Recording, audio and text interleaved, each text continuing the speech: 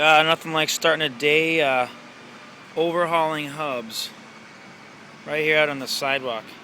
It's pretty sweet here. I wanted to show you guys one of my favorite tools. This is a cow magnet, and they give this to cows out on the farm. They get through a lot of metal and they're chewing up stuff all over the farm. Sometimes they get nails, stuff like that. Shard, all kinds of stuff they stuck in their belly. This sticks to this and they poop it out. Kind of saves the cow's belly. And it's also good for taking out bearings in your hub. Look at that.